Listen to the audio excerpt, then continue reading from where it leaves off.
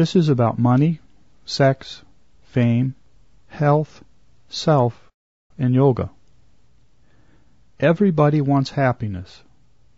However, we usually seek it in ways that are dependent on external stimulus, as if an outer cause leads to an inner effect of happiness. Surely this process of stimulus response works to some degree. We've all experienced this in different ways, where getting what we want seems to make us feel good, and not getting what we want seems to make us feel bad. However, what if we knew how to be happy without any stimulus whatsoever? What if you could just rest in the deepest feeling of joy, regardless of the external circumstances? There seems to be two polarities. Either we think we don't have enough money, or we are striving to have more so as to feel secure and affluent, pursuing what has come to be sold as prosperity or abundance consciousness. Either we don't have a good relationship, or we seek to find the ideal partner so that we will feel whole, complete, and needed. Either we feel lonely and unknown, or we strive to be famous in some way, to receive accolades in our personal or professional lives from our family, friends, peers, or community, so as to feel exuberant with pride. Either we have questionable health or active disease, doing little for our body with diet or exercise, or we ardently pursue physical fitness and battle disease so as to feel the satisfaction of conquering the body.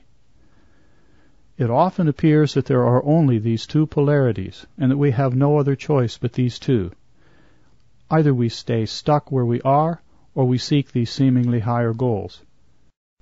It is extremely common for people to use spiritual methods, such as meditation, contemplation, prayer, and mantra, to attain these goals. There are many lectures, seminars, books, videos, audio programs on how to do this. We are repeatedly told that we can have anything we want, that all we have to do is visualize it, and the universe or God will provide it for us. It is very easy to not see the ego drive behind this approach to spiritual life. It means we are measuring spiritual success by our bank account, sex life, popularity, and physical situation. It doesn't take a great deal of reflection to see that these are reframes of attachment, hedonism, or greed, which have generally been seen as obstacles to attenuate rather than goals to be attained. However, there is a third choice, which is far beyond this oversimplified perspective of having or not having the objects or circumstances of our desire world. There is a way of being, a higher goal, that has nothing to do with whether our desires are or are not fulfilled. In fact, it completely transcends the issue of desire. This is not to suggest that one should starve in poverty, grieve with loneliness, mourn in desolation, or suffer in physical pain.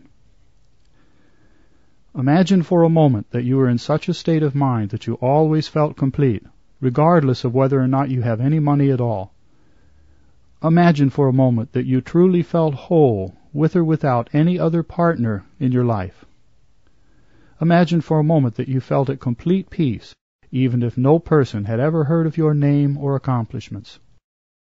Imagine for a moment that you were in constant contact with that level of your being that was never born, is not and cannot be diseased, and can never die, and is not subject to any other of the impermanent vagaries of the physical body. To know the self, the Atman, or Purusha, the center of consciousness, is to rest in the awareness of, to realize that which is beyond all of these surface-level conditionings. It is to seek the awareness of the pre-existing wholeness or union that is sometimes called yoga. This can sound like a campaign promoting poverty, loneliness, isolation, and decay. Those promoting the worldly solutions will often sell their wares in this way by saying that words such as these are designed to leave people where they are, or to be miserable in life, as if these words are suggesting some future afterlife will be more fulfilling. This is very far from the message of pursuing self-realization. One who seeks to know the eternal, pure, ever-joyous center of consciousness can easily live in the world and enjoy the objects of the world at the same time. Such a person can and will naturally have all that is needed, will have close relationships, will have active and enriching engagements with the community, and will naturally move toward physical health and well-being. However, these are not the goals, but are the natural byproducts of sincerely, passionately seeking that single higher goal. Mind is very tricky. It will try to reason that, okay, so to get money, sex, fame, and health, I need to pursue enlightenment. Good, let me do that, so that I can get what I want. That is a game of the mind. The primary goal of seeking the direct experience of that eternally joyous center of consciousness is being skipped over once again in the name of the lesser goals. However, one who repeatedly seeks that single higher goal by whatever name you choose to call it will find that those secondary goals come easily. They become pleasant experiences of life, but can have no effect whatsoever on whether I am feeling good or I am feeling bad. One who knows the self, the Atman, can live in the world, but yet be above the world. Even for one who has not attained permanent awareness of this self, which is the self of all, but who is consciously, persistently, though gently pursuing it, will find that the other pleasures will come resting on the foundation of the higher. This is so elegantly simple and profoundly practical, bringing such grand results that it can be repeatedly overlooked. By being ever mindful that the highest joy is already there in the inner chamber of our being, in fact, being who we really are, life becomes very straightforward and happy.